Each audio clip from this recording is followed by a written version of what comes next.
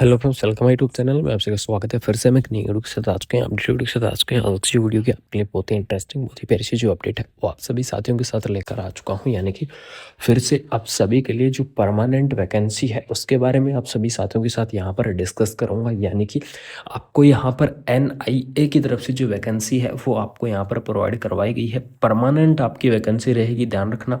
Nursing officer की आपकी post रहेगी, लेवल 7 के हिसाब से वैकेंसी आपको प्रोवाइड करवाई गई है। कहाँ से आपको वैकेंसी देखने को मिलेगी, कौन कौन कैंडिडेट इस वैकेंसीज के लिए एलिजिबल्स रहेंगे, इन सारी चीज़ों के बारे में क्या करने वाला हूँ, डिटेल में चर्चा करने वाला हूँ। 1 बाय 1 स्टेप वाइज आप सभी साथियों को यहाँ पर बताऊँगा।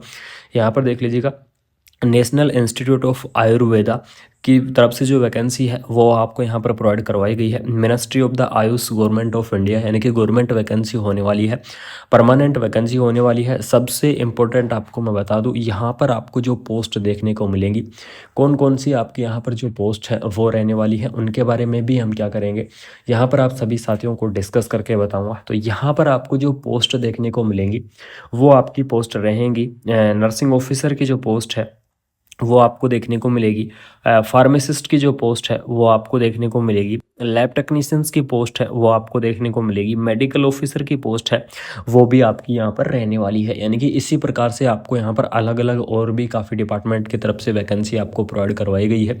तो सभी वैकेंसियों के बारे में क्या करूँगा, डिटेल में जो चर्चा है वो मैं करने वाला हूँ आप सभी साथियों के साथ। कौन कौन कैंडिडेट एलिजिबल्स रहेंगे, इन सारी चीज़ों के बारे में डिस्कस करूँगा। लास्ट डेट क्या रहेगी वो चीज़ भी आपको यहाँ पर बताने वाला हूँ। यहाँ पर देख लीजिएगा, मेडिकल ऑफिसर की पोस्ट है, लेवल 10 के हिसाब से सैलरी रहेगी, यानी कि 1 लाख प्लस आपको जो सैलरी है वो आपको यहाँ पर प्रोवाइड करवाई जाएगी। MDMS वाले जो कैंडिडेट हैं वो इस वैकेंसीज के लिए क्या रहेंगे, एलिजिबल्स रहेंगे। उसके बाद में क्लिनिकल रजिस्ट्रार की है, उसको भी लेवल 10 के हिसाब से जो सैलरी है वो आपको यहाँ पर प्रोवाइड करवाई जाएगी।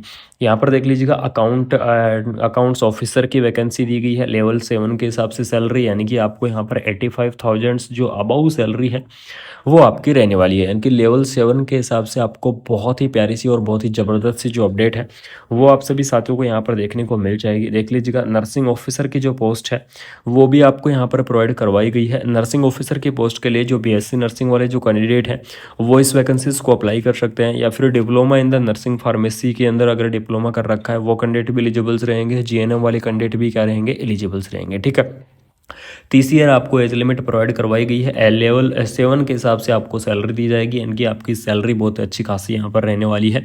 आयुर्वेद के अंदर आपके पास नर्सिंग होनी चाहिए, चाहे आपने GNM किया हो, ठीक है, चाहे आपने GNM किया हो, चाहे आपने BSc किया हो, चाहे आपने पोस्ट BSc किया हो, सभी कैंडिडेट क्या रहेंगे, नर्सिंग के अंदर डिग्री और डिप्लोमा वाले सभी कैंडिडेट इस वैकेंसीज के लिए क्या रहेंगे, एलिजिबल्स रहेंगे। लेकिन आयुष के अंदर आपके पास ये डिग्री जो होनी चाहिए। फार्मासिस्ट की जो पोस्ट है वो भी आपको यहाँ पर प्रोवाइड करवाई गई है। फार्मासिस्ट की इस वैकेंसीज के लिए बी फार्मा और डी फार्मा वाले जो कैंडिडेट हैं, यानी कि जिन्होंने फार्मेसी कर रखी है 3 ईयर लेस देन 3 ईयर का कोर्स, वो कैंडिडेट भी क्या रहेंगे, एलिजिबल्स रहेंगे। बी फार्मा वाले जो कैंडिडेट हैं वो भी क्या करेंगे, इस वैकेंसीज के लिए एलिजिबल्स रहेंगे। यानी कि आप इस पोस्ट को अप्लाई कर सकते हैं। लेवल 5 के हिसाब से जो फार्मासिस्ट को जो सैलरी है वो आपको यहाँ पर प्रोवाइड करवाई जाएगी। उसके बाद में आपको यहाँ पर मल्टीटास्किंग जो स्टाफ की वैकेंसी है वो भी आपको यहाँ पर दी गई है, यानी कि MTS मल्टीटास्किंग स्टाफ की वैकेंसी आपको प्रोवाइड करवाई गई है। इसके अंदर आपको यहाँ पर अलग अलग कैटेगरी वाइज पोस्ट रहने वाली है। लेवल 1 के हिसाब से आपको सैलरी प्रोवाइड करवाई जाएगी। मिनिमम एज लिमिट की अगर मैं बात करूँ तो 25 ईयर आपको जो मिनिमम एज लिमिट है वो आपको यहाँ पर दी गई है। 10th क्लास वाले जो कैंडिडेट हैं वो भी क्या करेंगे, इस वैकेंसीज के लिए एलिजिबल्स रहेंगे, यानी कि जिन्होंने 10th क्लास कर रखा है वो कैंडिडेट मल्टीटास्किंग स्टाफ की इस वैकेंसीज के लिए एलिजिबल्स होंगे। अगर आपका ज़्यादा ज़रूरी है फॉर्म को भरना तो आप भर सकते हैं। उसके बाद में आपको एडमिनिस्ट्रेटिव ऑफिसर की है जिसकी लेवल 8 के हिसाब से सैलरी रहेगी। मेट्रोन की है जिसकी आपकी लेवल 9 के हिसाब से जो सैलरी है वो आपको प्रोवाइड करवाई जाएगी। ठीक है, इन दोनों की मिनिमम एज लिमिट की अगर मैं बात करूँ तो 56 ईयर आपको यहाँ पर जो मिनिमम एज लिमिट है वो आपको दी गई है। सबसे इम्पोर्टेंट और जो सबसे इंटरेस्टिंग अपडेट आपको बता दूं इस वैकेंसी से रिलेटेड वो ये है कि आपकी जॉब की लोकेशंस रहेगी जयपुर। ठीक है, यानी कि आप बिल्कुल सही सुन रहे हैं, आपकी जॉब की लोकेशंस जयपुर रहने वाली है। इसका जो ऑफिस है NIA का वो जयपुर के अंदर जो ऑफिस है उसकी तरफ से जो वैकेंसी है वो आपको यहाँ पर रिलीज कर दी गई है। बहुत ही प्यारी सी भर्ती है, आप सभी साथी इस चीज़ का वेट कर रहे थे, तो आपके लिए यहाँ पर जो इंटरेस्टिंग सी जो अपडेट है वो आप सभी साथियों के साथ लेकर आ चुका हूँ। तो इस वीडियो के बारे में कंप्लीटली इंपॉर्टेंट चर्चा करेंगे। एज लिमिट के बारे में यहाँ पर देख लेते हैं।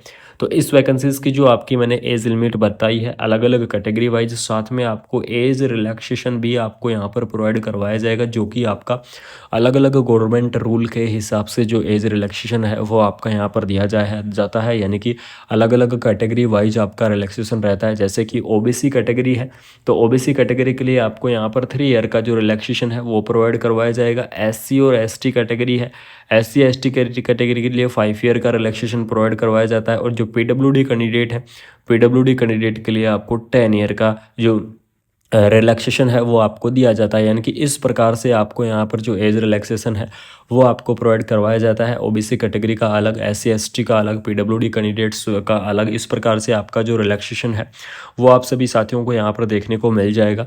इसके अंदर एप्लीकेशन फ़ीस की अगर मैं बात करूँ कि आपको एप्लीकेशन फ़ीस कितनी पे करनी पड़ेगी, कौन कौन सी कैटेगरीज़ के अंदर कितनी आपको एप्लीकेशन फ़ीस यहाँ पर पे करनी है, तो देख लीजिएगा। अलग अलग पोस्ट वाइज आपको एप्लीकेशन फ़ीस के बारे में यहाँ पर डिस्कस किया गया है। सबसे पहले हम बात करेंगे आपकी जो नर्सिंग ऑफिसर की पोस्ट है। तो नर्सिंग ऑफिसर की इस पोस्ट के लिए जो एलिजिबल्स रहेंगे वो रहेंगे जनरल और ओबीसी के लिए तो 2500 रुपये एप्लीकेशन फ़ीस रहेगी। एससी एसटी AWS के लिए आपको 2000 रुपये जो एप्लीकेशन फ़ीस है वो आपको यहाँ पर पे करनी है। फार्मासिस्ट के लिए जनरल और ओबीसी के लिए 2000 रहेगी, बाकी 1800 रुपये जो एप्लीकेशन फ़ीस है वो आपको यहाँ पर पे करनी होगी। यानी कि इस प्रकार से आपको यहाँ पर जो एप्लीकेशन फ़ीस है वो आपको यहाँ पर पे करनी है।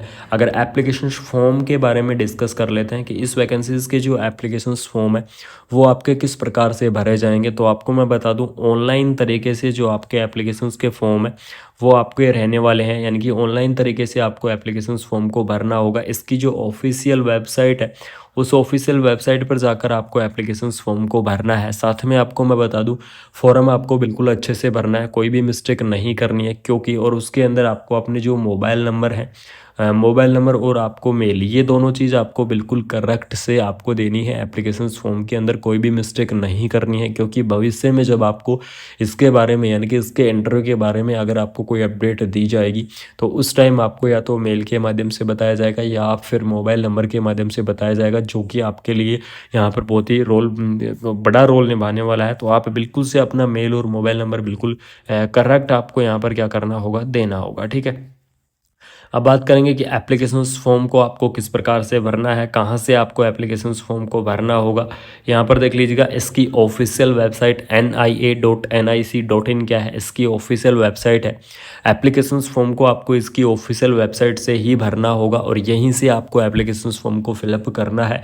इस वैकेंसी से रिलेटेड आपको यहाँ पर कहीं भी अदर जगह नहीं जाना है, आपको सिर्फ इसकी ऑफिशियल वेबसाइट पर जाना है। ऑफिशियल वेबसाइट पर आपको कम्प्लीटली अपडेट मिल जाएंगी, ये नोटिफिकेशंस भी मिल जाएगा और आपको बाकी जितनी भी अपडेट हैं सभी अपडेट आपको इसकी ऑफिशियल वेबसाइट पर देखने को मिल जाएंगी। तो जो भी इंटरेस्टिंग कैंडिडेट है, जो भी इस वैकेंसीज़ को अप्लाई करना चाहते हैं वो आप अप्लाई कर सकते हैं। जॉब की लोकेशंस आपकी प्रॉपर जयपुर रहेगी, इस चीज़ को ध्यान रखना। जो NIA का जो ऑफिस है या फिर यूनिवर्सिटी है उसके अंदर आपको जो जॉब है वो आपकी रहने वाली है, यानी कि लोकेशंस जयपुर रहेगी।